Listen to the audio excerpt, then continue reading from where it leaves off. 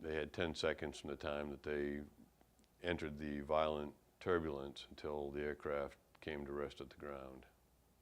3 members did eject, 2 survived and 1 did not, and the rest of them perished within the aircraft. And what was the conditions like for the The temperature that day, we were told, was 20 below zero and windy. And it's not uncommon up at that time of year for that temperature to be there. The snowpack was very deep, which saved 1 crew member because his chute did not have a chance to open. And he just came down in his seat in the snow. And that's part of what saved his life, there's so much snowpack.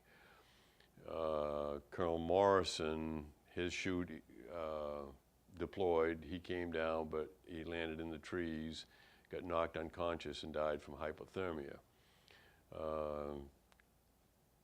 Colonel Bully, he was the pilot. His chute opened up, and he came down in the snow as well. He remained in the Air Force, retired as a full bird colonel. Captain Adler had issues with his leg, had to have part of it removed, so he was medically discharged from the Air Force as a result of that. And how was it, the recovery efforts, how was that going? The recovery efforts were amazing for what the crews and the people had to go through. They had 2 snow sleds of antique versions that to get through that kind of snow was amazing in itself. One of the construction companies, I believe it was Sargent's, had a front end loader that they let the crews use, and they put that to use, and word was that once that job was done, so was the front end loader. It was just no good anymore. They just worked it so hard. The rest of it was by snowshoe, and it was probably 8 to 10 miles, depending on what way they went in, to get to the site. They did have a helicopter with a pararescue man that was lowered to the crash site. The pararescue man was able to extract the 2 survivors. Unfortunately, the cable broke after the second one was on board, so he had to spend the night in the woods as well. But he said he would have stayed. He was at the event this year, but he said he would have stayed anyway because Colonel Morrison's body was still there, and he stayed with the body for the night just because nobody's left behind.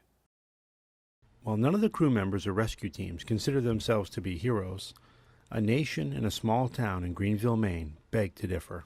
When we get here, about 9:17. Last night? No, 9:17 this morning.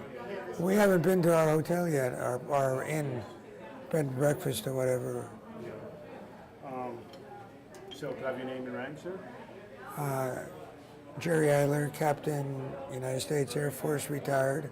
And what were you doing in Greenville today? I was doing in Greenville? Yeah, what were you doing in Greenville today?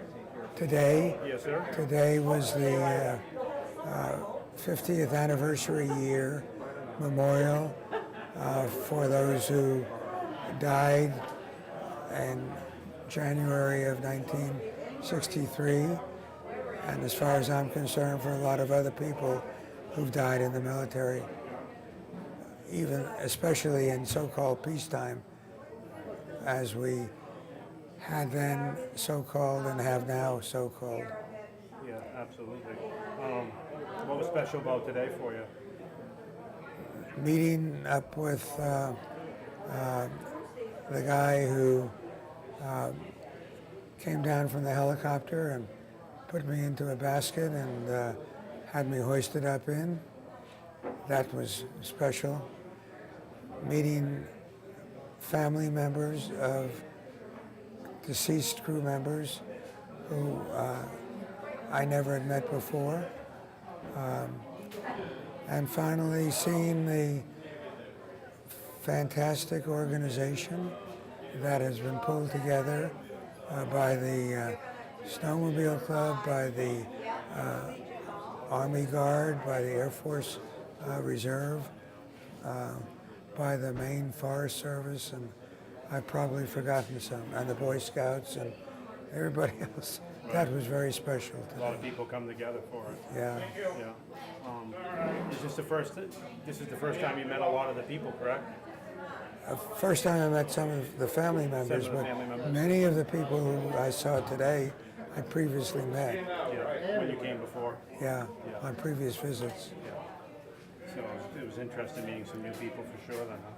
Sir? It was interesting meeting some new people for sure, right? Well, it's interesting to talk with folks, and folks are asking me a lot of questions, and some I can answer and some I can't. Right. Yeah. Absolutely. Did you know the crew that well? Not really. We had split two crews for this flight. This was not a routine flight. This was the first flight on the East Coast of teaching pilots and navigators how to deal with terrain avoidance radar. So on the crew was my aircraft commander, flying in the right seat, my radar navigator, who was downstairs, and I. The rest of the crew was Colonel Bully's crew and part, and instructors from New Mexico. The crew left that morning, not fully knowing what they were leaving behind on that faithful day. My name is Patricia Hanson Shipley, and my sister Dina Hanson Packingham. And what brings you to Greenville?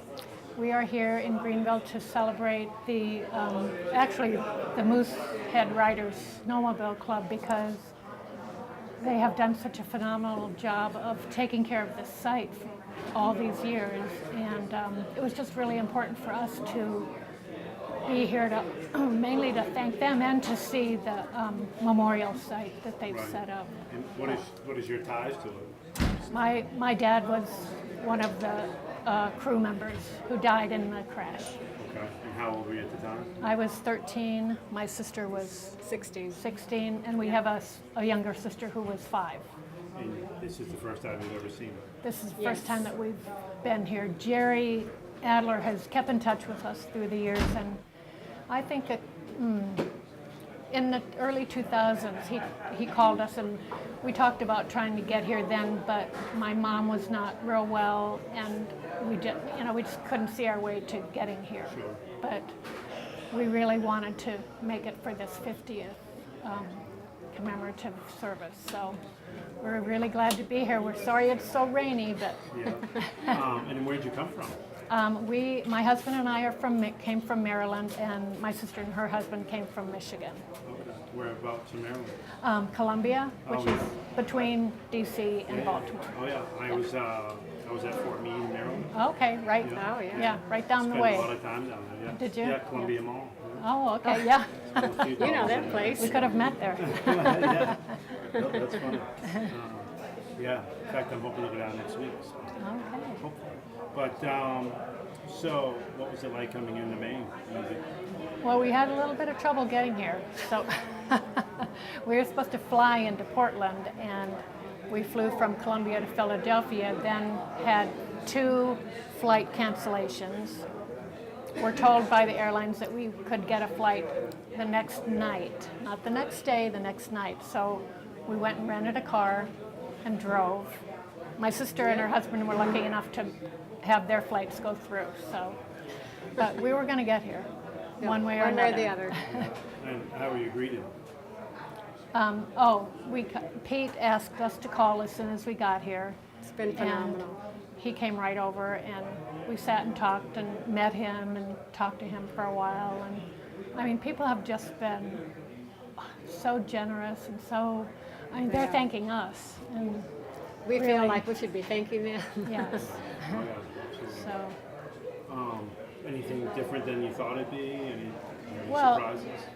No, it was just pretty eerily awesome, I guess, to be walking up there today. I really wish I could have walked around a little bit more, because just the sense of being up there is very solemn awesome. and yeah. Yeah, I'm sure on a nice day by yourself or with I family. think it yes. Just to take your time. Yes, and Never know, I- we may have to come back. Yeah, I have 3 children, and I really would have loved for them to come with us, but we just couldn't get it all arranged. So maybe one day. Yeah, I mean, Well- Spain's a good place to visit. So Yes, A little yes. less travel. Right. Yeah, a little less rain. But it's really beautiful up there and so well preserved. I just can't believe that they have done all that work to maintain it. So we're very thankful. Yeah, and you guys have a relationship with the other family members? We don't really, just no. meeting him now? I mean, Jerry, we've been in touch with, but really no. So it was kind of nice to talk to some of the other people. And again, with the weather, we didn't really get, everybody's kind of sheltering from the rain. But And what do you think of the services? oh, I thought it was just, Incredible. yes, very, very beautiful, and we were very appreciative.